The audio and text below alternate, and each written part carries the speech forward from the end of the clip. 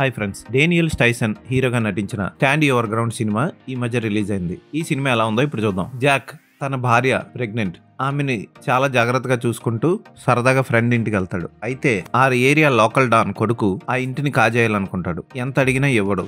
దానికి ఆ local don కొడుకు ఏం చేశాడు, అసలు స్టాండ్ యువర్ గ్రౌండ్ అన్న లా అంటే ఏంటి అన్నది తెలుసుకోవాలంటే ఈ సినిమా చూడాలి.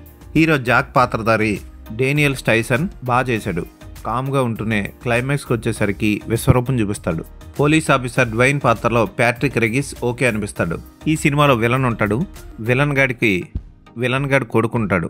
ఆడు బెడ్ మీద ఉండగా అతనికి సేవ చేయడానికి వచ్చిన నర్సుని గెలుగుతూ ఉంటాడు. మళ్ళీ వాళ్ళ కూతురికి లైఫ్ అంటే ఇది, తల్లి లేకుండా నువ్వు బతకాలి అని ఇలాంటివి చెప్తూ ఉంటాడు. ఓవర్ యాక్షన్ చేస్తూ ఉంటాడు. విలన్ గాడి క్యారెక్టర్ని సరిగ్గా తీర్చిదిద్దలేదు. హీరోయిన్గా నటించిన ఆఫ్రికన్ యాక్ట్రెస్ ఓకే అనిపిస్తుంది. హీరో పక్కింటి అతను హీరోకి హెల్ప్ చేసే విధానం ఓకే అనిపిస్తుంది. అయితే సినిమా మొత్తం ఒకే ఇంట్లో జరిగినట్లు జరుగుతుంది. బోర్ కొట్టేస్తుంది.